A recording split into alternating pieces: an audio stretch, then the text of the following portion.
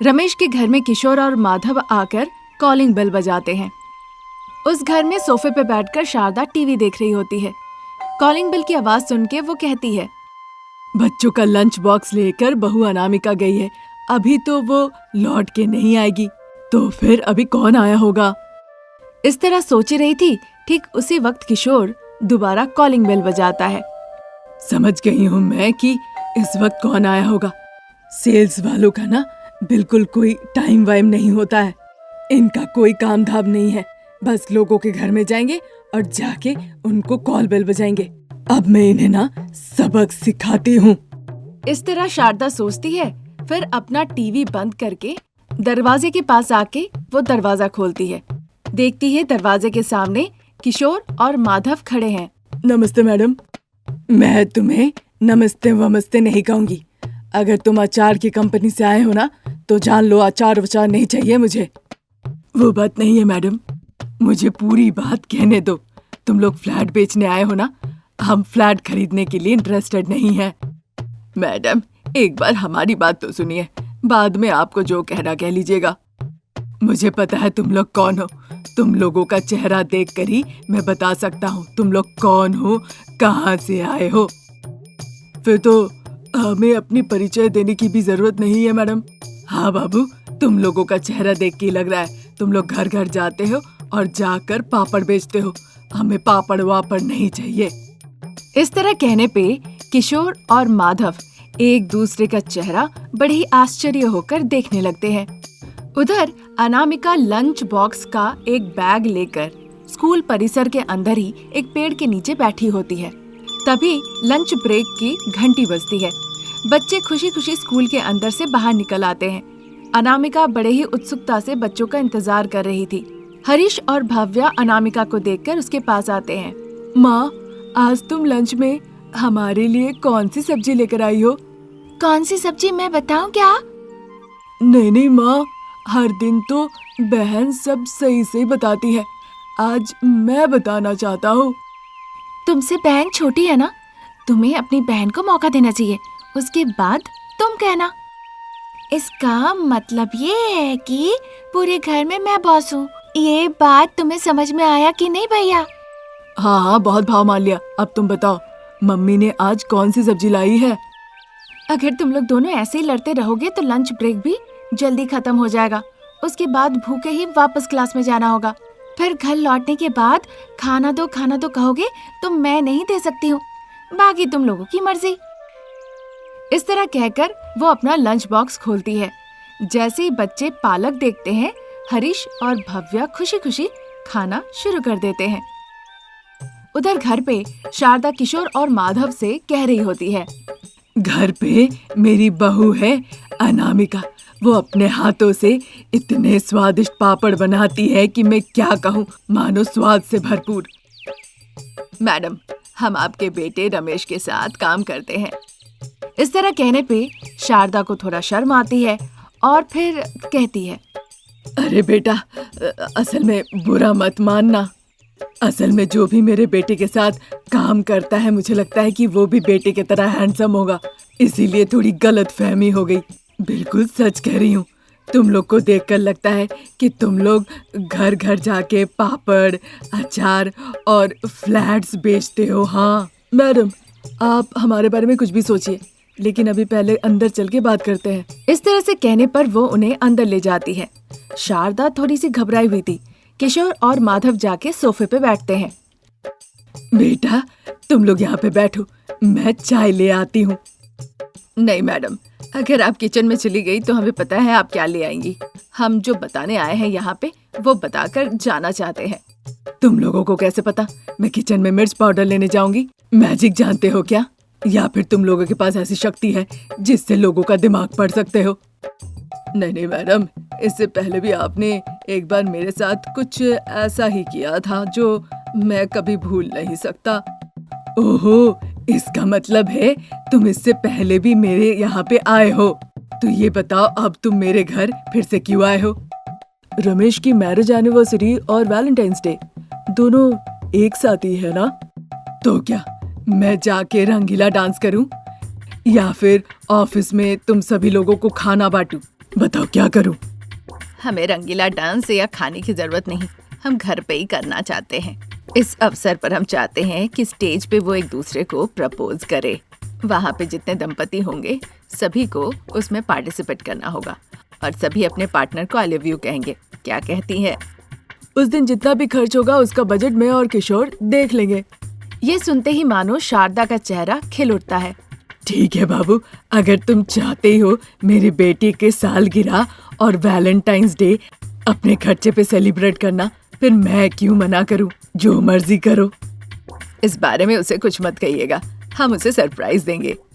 ठीक है बाबू, मैं अपनी बहू से कुछ नहीं कहूंगी। आप लोग भी ऑफिस में बेटे से कुछ मत कहिएगा।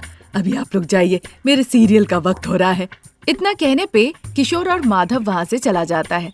उधर ऑफिस में अपने कैबिन में रमेश बैठा हुआ होता है। 10 मिनट में आ रहा हूँ कहकर ये किशोर और माधव दोनों गए कहाँ? करीबन आधे घंटे निकल गए हैं, अभी तक ये दोनों लौटे नहीं। एक बार दोनों को फोन लगाकर देखता हूँ। इस तरह सोचकर वो सेलफोन निकाल के किशोर को फोन लगाता है। उधर माधव बाइक चला रहा था और किशोर पीछे में बैठा हुआ था, इसीलिए वो फोन उठा लेता है। कहो, तुम लोग कहाँ हो? 30 मिनट हो गए लंच ब्रेक हुए, मुझे बहुत भूख लगी है। तुम लोग आ रहे हो कि मैं खा लूं? हाँ, हम आ रहे हैं, 10 मिनट हमारे लिए इंतजार कर लो। इतना कहकर किशोर फोन रख देता है। उधर स्कूल में बच्चों को लंच ब्रेक में मिलने गई अनामिका। ठीक है बच्चे, अब लंच टाइम खत्म हो गया, अब तुम लोग क्लास में जाओ। शाम को मैं या तो दादी, दादाजी या फिर पिताजी कोई आएंगे तुम्हें लेने के लिए। तुम लोग अकेले स्कूल से मत जाना, यहीं पे बैठे रहना और इंतजार करना। अगर तुम्हें कोई बुलाए तो मत जाना। अगर कोई चॉकलेट देंगे कहे तो भी मत खाना, समझे ना? क्यों माँ, ये सब रोज क्यों कहती हो? आजकल का जमाना ठीक नहीं है, बच्चों को किडनैप किया जा रहा है। अकेले जाओगे तो कुत्ता अटैक कर सकता है या फिर चॉकलेट में केमिकल मिला के कोई दे सकता है। भैया, अगर मम्मी ऐसा कह रही है तो हमारे भलाई के लिए कह रही है। ठीक है माँ। भव्या ऐसा कह ही रही थी, तब तक स्कूल की घंटी बज जाती है। हरीश और भव्या स्कूल में लौट आते हैं। अनामिका अपने घर के लिए निकल जाती है। उधर ऑफिस में किशोर, माधव और रमेश तीनों अच्छे से बातचीत करते हुए लंच करते हैं। इसी तरह दिन निकल रहे थे। फिर एक दिन अनामिका और रमेश की शादी की सालगिरह आती है। उस दिन वैलेंटाइंस डे भी था। उस वक्त करीबन रात के 12 बज रहे थे। रमेश और अनामिका अपने बेडरूम में सो रहे थे। घर के दरवाजे के पास निकल के शारदा फोन लगाती है। बेटा किशोर, माधव, तुम लोग आ जाओ। शारदा के इस तरह से कहने के बाद किशोर और माधव रमेश और अनामिका की शादी की सालगिरह पर जो कार्यक्रम करने वाले थे वो सब कुछ लेकर वहाँ पे हाजिर हो जाते हैं। घर के हॉल को वो अच्छे तरह से डेकोरेट कर देते हैं। बच्चे, अपने माँ पिताजी को जगाओ और उन्हें यहाँ पे लेकर आओ। इस तरह कहने पे हरीश और भव्या खुशी खुशी उठ के रमेश और अनामिका को जगाते हैं और उन्हें बाहर लेकर आते हैं। बाहर आके देखते हैं कि चारों तरफ डेकोरेटेड है। वो देखकर बहुत खुश होते हैं।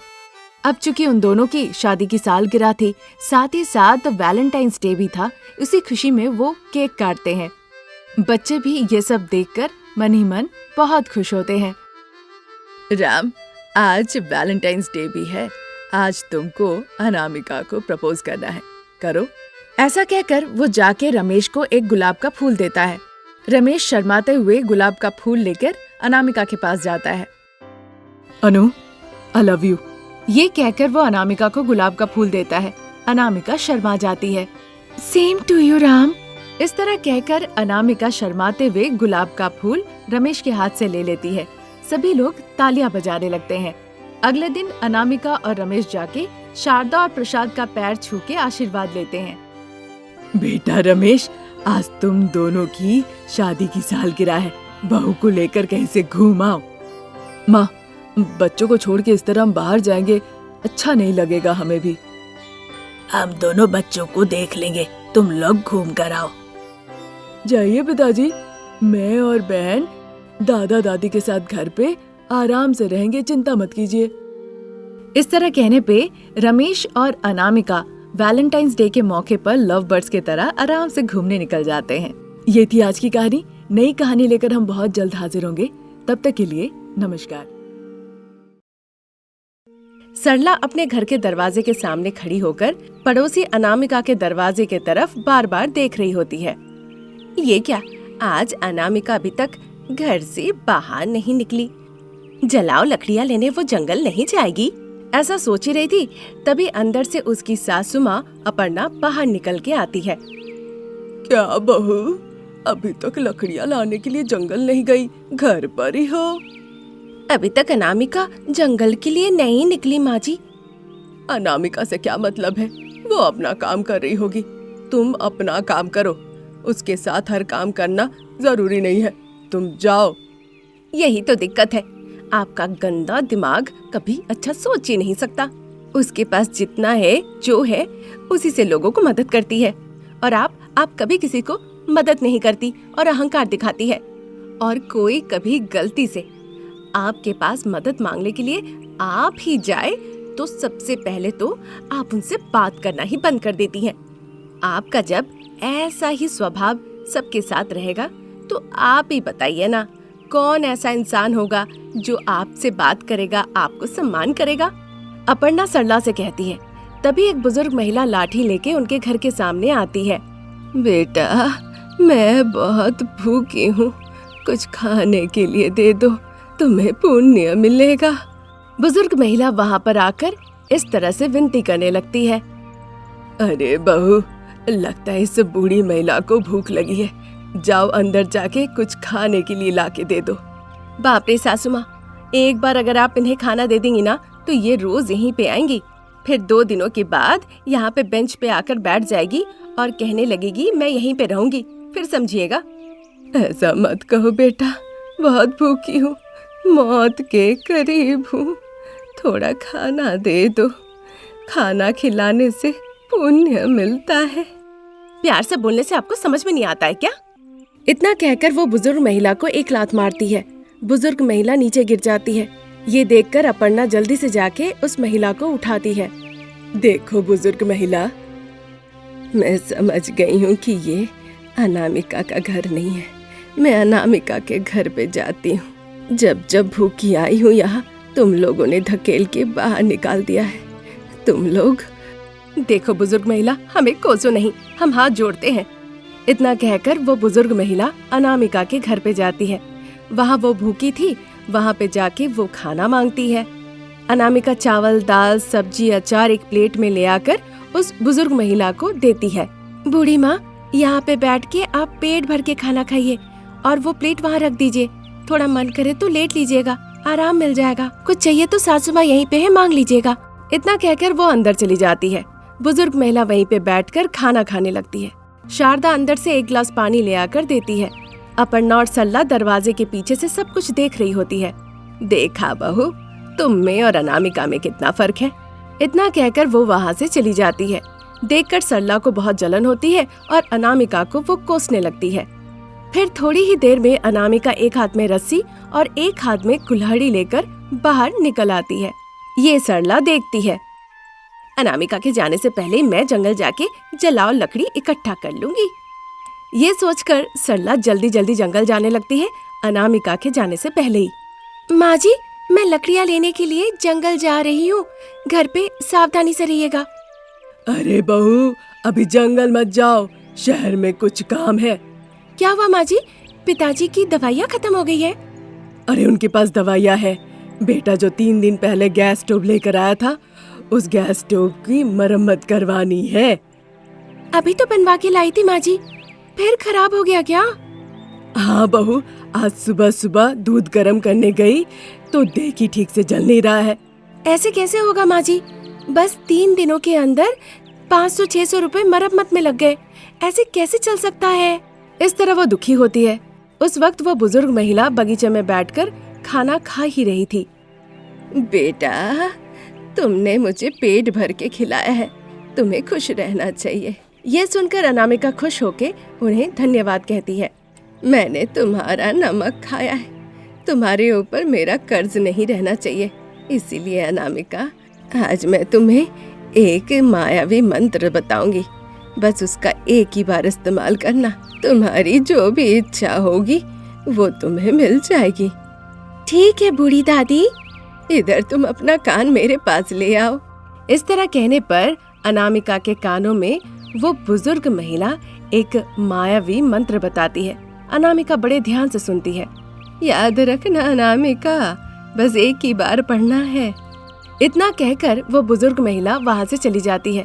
ठीक उसी दौरान रमेश जो बाहर था वो घर पे लौट आता है। क्या बात है, सास बहू दोनों ही बहुत उदास है।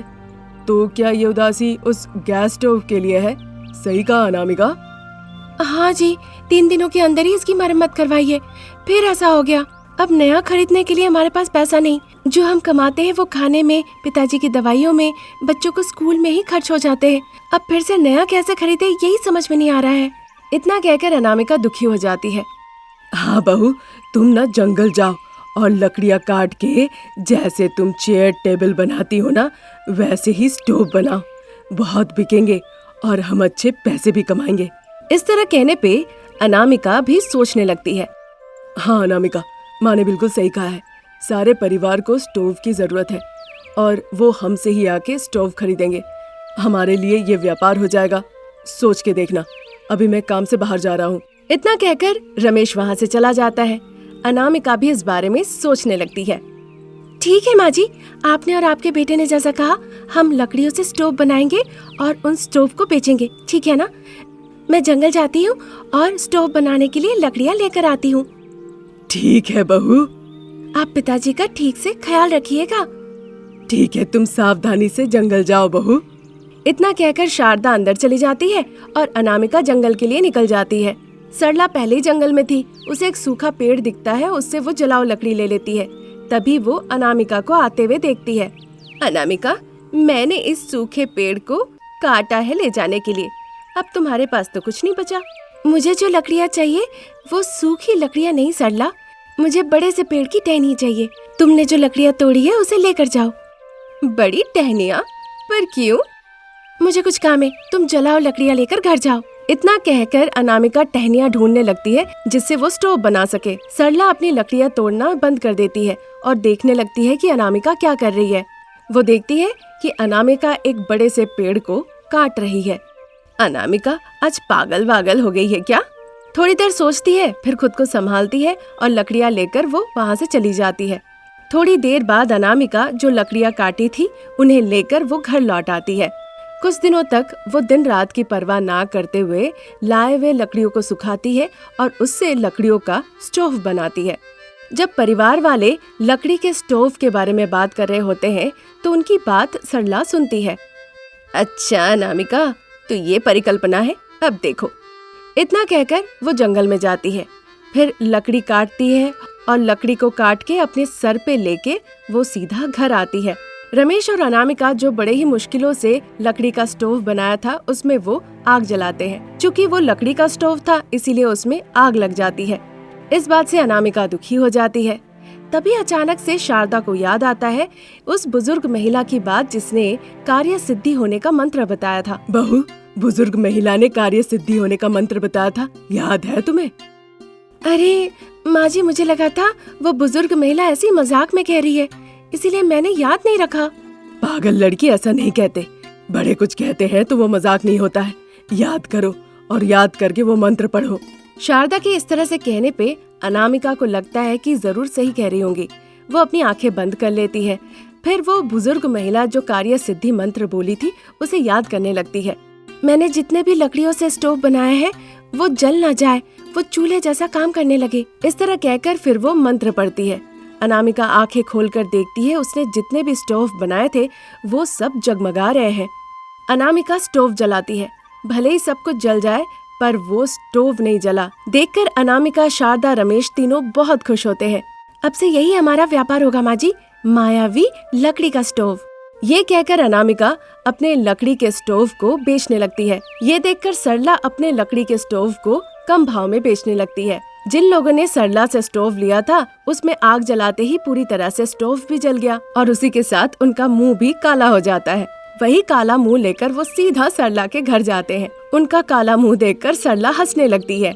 ये देखकर मुंह काला की हुई सारी महिलाएं बहुत नाराज हो जाती है और सरला को पकड़ के पीटने लगती है। निस्वार्थ तरीके से अनामिका ने जो लकड़ी के मायावी स्टोव बनाए थे वो सारे स्टोव एक एक करके अच्छे से बिक गए और उन पैसों से अनामिका का पूरा परिवार खुशी खुशी जीवन बिताने लगता है। ये थी आज की कहानी। नई कहानी लेकर हम बहुत जल्द हाजिर होंगे। तब तक के लिए नमस्कार।